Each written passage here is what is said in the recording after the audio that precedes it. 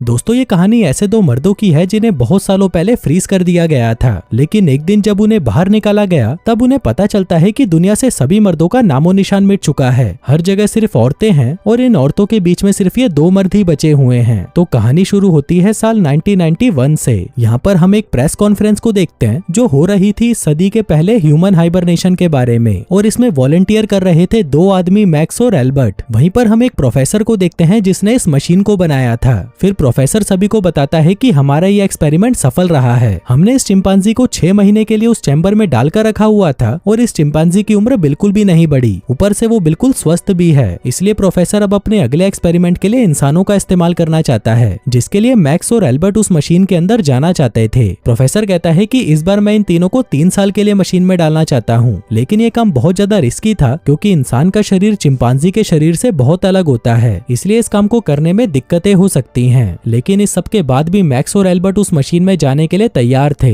आगे उस मशीन को चालू किया जाता है और मैक्स और एल्बर्ट को मशीन के अंदर डाल दिया जाता है। अब धीरे धीरे वक्त बीतता है और देखते ही देखते 50 साल बीत जाते हैं। आगे उस मशीन को खोला जाता है और मैक्स और एल्बर्ट को बाहर निकाला जाता है। उनके बाहर आते ही हम देखते हैं कि इन दोनों की उम्र थोड़ी भी नहीं बढ़ी। जिस उम्र के अंदर ये दोनों मशीन के अंदर गए थे अभी भी उनकी उम्र उतनी ही है। अब इन्हें भूख लगी थी तो 3 लड़कियां इनके लिए खाना लेकर आती हैं। वहीं इतने सालों से इन दोनों ने कुछ खाया नहीं था तो ये दोनों खाने का स्वाद भी भूल चुके थे। आगे मैक्स कहता है कि मैंने मशीन के अंदर एक शराब की बोतल और कुछ सिगरेट छुपा कर रखी थी और अब उनको बाहर निकालने का समय आ चुका है। जिसके बाद वो सारा सामान बाहर निकालता है और वो दोनों वहीं पर सिगरेट जलाकर पीने लगते हैं। लेकिन जैसे ही वहाँ पर धुआं फैलता है हर जगह पर अलार्म बजने लग जाते हैं और सबको लगने लगता है कि यहाँ पर कुछ तो गड़बड़ चल रही है। तभी वहाँ पर 2 औरतें आती हैं और आग को बुझाने लगती हैं। थोड़ी देर बाद वहाँ पर डॉक्टर ब्लॉन्ड नाम की एक औरत आती है और उन्हें बताने लगती है कि प्रोफेसर अब मर चुके हैं। अब ये सुनते ही वो दोनों हैरान हो जाते हैं। डॉक्टर ब्लॉन्ड कहती है कि यहाँ पर एक महायुद्ध हुआ था और उस युद्ध में कुछ ऐसा हुआ कि धरती से सारे मर्द मारे गए। अब धरती पर सिर्फ औरतें ही बची हैं और तुम लोग भी इसलिए बच गए क्योंकि तुम इस मशीन के अंदर थे। अब इस बात को सुनकर वो दोनों बौखला जाते हैं और यहाँ से भागने लगते हैं। लेकिन जैसे ही वो बाहर के दरवाजे को छूते हैं उन्हें बिजली का एक जोर का झटका लगता है और वो नीचे गिर जाते हैं। आगे एल्बर्ट इस बारे में सोचने लगता है और मैक्स से कहता है कि भाई सब कुछ ठीक है, हम 50 साल से मशीन के अंदर थे ना, इसलिए हमें ऐसा लग रहा है। मैक्स कहता है कि भाई तुम बिल्कुल ठीक कह रहे हो, अगर इस धरती पर मर्द ही नहीं है तो हमारी जनरेशन आगे कैसे बढ़ रही है। उधर दूसरी तरफ इनकी बातों को डॉक्टर ब्लॉन्ड सुन रही थी और फिर वो इन्हें जवाब देती है कि यहाँ पर बच्चे मशीन से बनाए जाते हैं। अब इस बात को सुनते ही वो दोनों और भी ज्यादा हैरान हो जाते हैं। उधर दूसरी तरफ डॉक्टर ब्लॉन्ड के पास एक और डॉक्टर मारिया आती है और वो उसे कहती है कि तुम्हें अपने रिसर्च के बारे में बाकी के डॉक्टर से भी बात करनी चाहिए, तुम ऐसे ही चुपके से इन दोनों पर रिसर्च नहीं कर सकती।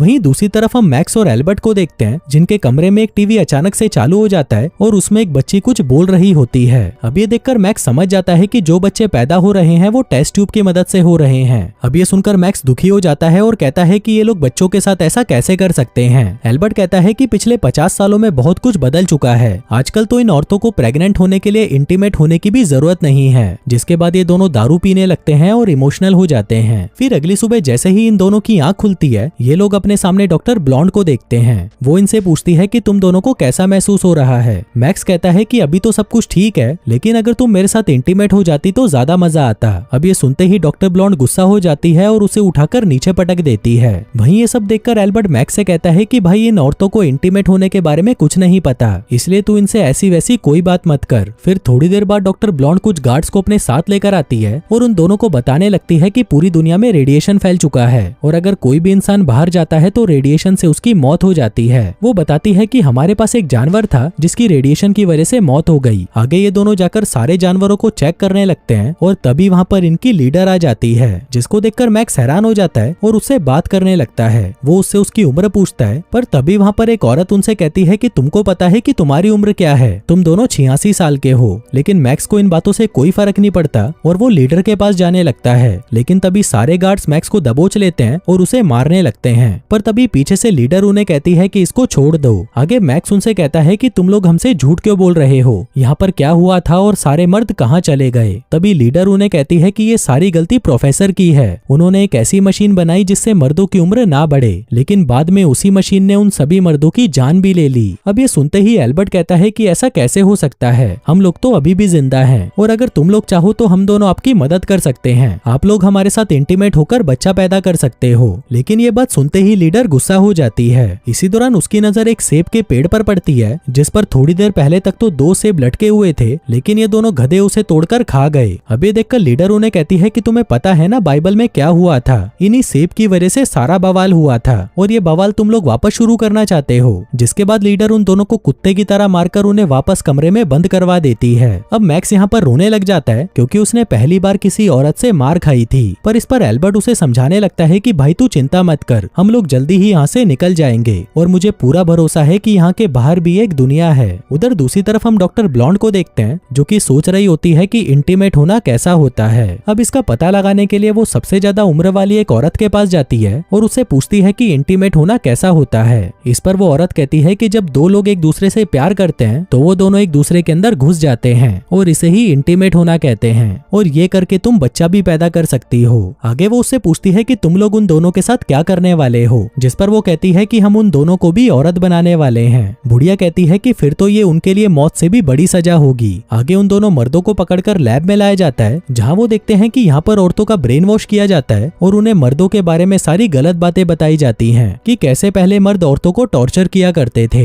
आगे इन दोनों को एक एक फॉर्म साइन करने को दिया जाता है जिस पर लिखा था कि इन दोनों के शरीर पर एक्सपेरिमेंट्स किए जाएंगे, लेकिन ये पढ़ते ही वो दोनों फॉर्म पर साइन करने से मना कर देते हैं। फिर कुछ देर बाद उनके ऊपर की सीलिंग खुलती है जहाँ पर बहुत सारी औरतें बैठी हुई थी।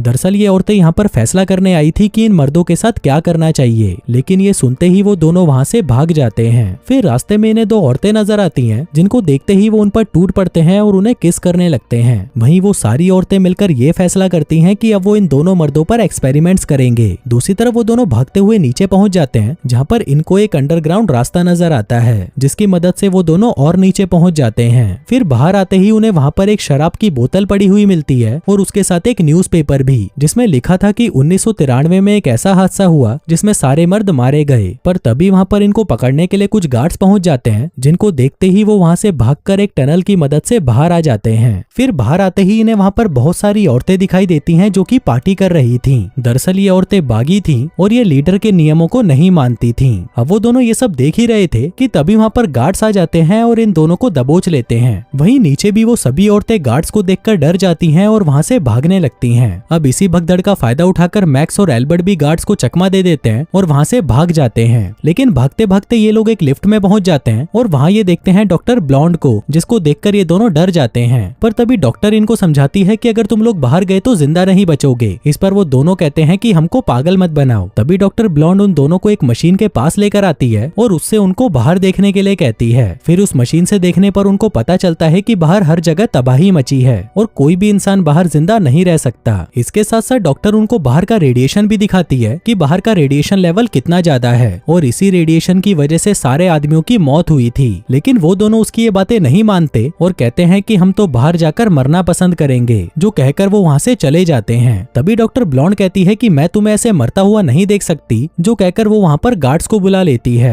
तभी वहाँ पर गार्ड्स आकर उन्हें वहाँ से ले जाने लगते हैं। अब वो दोनों डॉक्टर ब्लॉन्ड को गालियां देने लगते हैं और कहते हैं कि तुम बहुत खुदगर्ज लड़की हो। तभी डॉक्टर ब्लॉन्ड के पास 2 गार्ड्स आती हैं और उसे बताने लगती हैं कि तुम्हारा प्रमोशन कर दिया गया है। साथ ही वो उसे ये भी कहती है कि इन दोनों मर्दों को वांटेड घोषित किया गया है और अब जल्दी ही इनको ऑपरेशन करके लड़की बना दिया जाएगा। लेकिन इससे पहले डॉक्टर को तुम्हारे रिसर्च की जरूरत है क्योंकि इन दोनों के साथ सबसे ज्यादा तुम ही रही हो और तुम्हारे रिसर्च के आधार पर ही इन दोनों को औरतों में बदला जाएगा। लेकिन तभी हम देखते हैं कि डॉक्टर ब्लॉन्ड को ये चीज अब अच्छी नहीं लग रही थी और वो नहीं चाहती थी कि इन दोनों को औरतों में बदला जाए। उधर दूसरी तरफ हम मैक्स और एल्बर्ट को देखते हैं जिनको लैब ले जाया जाता है। पर तभी वो दोनों चिल्लाने लग जाते हैं कि हम औरत बनने की बजाय मरना पसंद करेंगे। लेकिन वो औरतें किसी की नहीं सुनती और मैक्स को अंदर ले जाने लगती हैं। इसी दौरान मैक्स की नजर उसकी पत्नी पर पड़ती है जो उसे कहती है कि जब तुम हाइबरनेशन में गए थे तब मेरे पेट में तुम्हारा बच्चा था, लेकिन तुमने ना तो मेरी परवाह करी ना अपने बच्चे की। जो कहकर वो उसका ऑपरेशन करने ही वाली थी कि तभी वहाँ पर डॉक्टर ब्लॉन्ड आ जाती है। वो उन दोनों को वहाँ से बचाकर भागने लगती है, पर क्योंकि एल्बर्ट को एनेस्थीसिया का इंजेक्शन लगा दिया गया था जिसके चलते उसे डरावने सपने आने लगते हैं और उसकी हालत खराब हो जाती है। तभी ऊपर जाते ही उन्हें वहाँ पर 2 गार्ड्स नजर आती हैं और डॉक्टर ब्लॉन्ड उन्हें कहती है कि जल्दी से अपने कपड़े उतारो और ये इन दोनों आदमियों को दे दो। आगे वो दोनों उन कपड़ों को पहन लेते हैं जो कि रेडिएशन से बचने वाले सूट थे। जिसके बाद वो उन दोनों को बाहर निकालने की कोशिश करती है लेकिन उससे मेन गेट नहीं खुलता। डॉक्टर ब्लॉन्ड गार्ड से पूछती है कि ये खुल क्यों नहीं रहा, जिस पर वो दोनों कहती है कि इसका पासवर्ड है जो सिर्फ हमारी लीडर को ही पता है। अब ये देखकर मैक्स को गुस्सा आ जाता है और वो उन्हें गालियां देने देने लगती हैं। पर तभी अचानक वो देखती है कि वो दरवाजा खुल गया है, जिसका मतलब था कि दरवाजे का पासवर्ड गाली था। अब डॉक्टर उन दोनों को अकेले बाहर नहीं भेजना चाहती थी, इसलिए वो डिसाइड करती है कि वो भी उन दोनों के साथ जाएगी। जिसके बाद वो भी रेडिएशन से बचने वाला सूट पहनती है और वो तीनों ऊपर चले जाते हैं। फिर ऊपर जाकर वो देखते हैं कि हर तरफ तबाही मची हुई है और सब कुछ बर्बाद हो चुका है। लेकिन मैक्स जैसे ही आगे बढ़ता है वो एक पर्दे से जाकर टकरा जाता है, जिसके बाद वो एक चाकू निकालता है और उस पर्दे को काट देता है। आगे वो सब उस पर्दे से बाहर निकलते हैं और देखते हैं कि बाहर तो सब कुछ नॉर्मल है और अब तक ये लोग जो भी देख रहे थे वो सब एक नाटक था। फिर ये लोग चारों तरफ घूमने लगते हैं, जिस दौरान उन्हें एक बीच नजर आता है, जिसको देखकर ये बहुत खुश हो जाते हैं। लेकिन फिर थोड़ी देर बाद उन सभी की ऑक्सीजन कम होने लगती है। पर तभी मैक्स अपना सूट उतार देता है और देखता है कि यहाँ पर तो कोई भी रेडिएशन नहीं है। दरअसल वो लीडर इनको बेवकूफ बना रही थी और इनके साथ साथ बाकी की औरतें भी उसकी बातों में आ गई थीं। फिर थोड़ा और आगे बढ़ने पर इन्हें एक बड़ा सा घर दिखाई देता है और ये लोग उस घर के अंदर चले जाते हैं, जहाँ पर इन्हें बहुत सारा खाना मिलता है। फिर कुछ देर बाद वहाँ पर एमा आती है और उन्हें कहती है कि तुम लोगों को गिरफ्तार किया जाता है। पर इसी दौरान उसके सूट में ऑक्सीजन खत्म होने लगती है और वो वहीं पर बेहोश होकर गिर जाती है। तभी एल्बर्ट उसे उठाकर घर के अंदर ले जाता है और उसका सूट उतारने लगता है। लेकिन फिर जैसे ही एमा की आंख खुलती है वो एल्बर्ट के ऊपर चिल्लाने लगती है। इसी दौरान गलती से उससे रिमोट दब जाता है और तब इन्हें पता चलता है कि लीडर ने हर जगह ये अफवाह फैला दी है कि डॉक्टर ब्लॉन्ड की मौत हो चुकी है। जिसके बाद वहाँ पर दो औरतों को दिखाया जाता है और कहा जाता है कि ये दोनों मैक्स और एल्बर्ट हैं, जिन्हें ऑपरेशन करके औरत बना दिया गया है। अब ये लोग ये सब देख ही रहे थे कि तभी इन्हें एहसास होता है कि बाहर से कोई आ रहा है और ये लोग जल्दी से छुप जाते हैं। इसी दौरान वहाँ पर लीडर आ जाता है और तब इन्हें पता चलता है कि ये घर इनकी लीडर का है। लेकिन तभी लीडर अपने घर की हालत देखकर समझ जाती है कि यहाँ पर कोई और भी है। फिर जैसे ही वो अलमारी खोलती है तभी मैक्स और एल्बर्ट उसे दबोच लेते हैं और तब इन्हें पता चलता है कि इनकी लीडर कोई औरत नहीं बल्कि एक आदमी है। अब ये देखकर वो दोनों हैरान हो जाते हैं और उसे कहते हैं कि तुम चाहते क्या हो और ये सब क्यों कर रहे हो। तब वो आदमी अपनी सारी सच्चाई बताता है कि 20 साल पहले मैं इस धरती पर इकलौता आदमी बचा था, लेकिन ये सभी मुझे लड़की बनाने के पीछे पड़ गए थे, इसलिए मैं खुद ही मेकअप करके लड़की बन गया और इनके साथ रहने लगा, जिसके एक वक्त बाद मुझे यहाँ का लीडर बना दिया गया। तभी मैक्स और एल्बर्ट उसे कहते हैं कि तुमने उन औरतों को बताया क्यों नहीं कि बाहर रेडिएशन जैसा कुछ नहीं है। इस पर लीडर कहता है कि पहले यहाँ पर बहुत रेडिएशन था, लेकिन धीरे धीरे रेडिएशन खत्म होता गया, लेकिन मेरी हिम्मत ही नहीं हुई कि मैं इनको सब कुछ सच बता दूं, क्योंकि वो सभी औरतें सन की हैं। इसके बाद मैक्स और डॉक्टर ब्लॉन्ड एक साथ इंटीमेट होने लगते हैं और वहीं एल्बर्ट और एमा भी इनको देखकर शुरू हो जाते हैं। फिर अगले दिन वो दोनों उस लैब में पहुंच जाते हैं जहाँ पर बच्चों को बनाया जाता था, जिसके बाद वो उनके फॉर्मूले में अपने प्यार की निशानी मिला देते हैं ताकि अगली बार जब भी इन बच्चों को बनाया जाए तो उनमें सभी मर्द पैदा हों। फिर कुछ सालों बाद जब बच्चे पैदा होते हैं तो उनमें एक मर्द पैदा होता है। इसी दौरान जब एक नर्स उस लड़के को देखती है तो वो जोर से चिल्लाने लगती है। और दोस्तों इसी के साथ ही ये कहानी यहीं खत्म हो जाती है।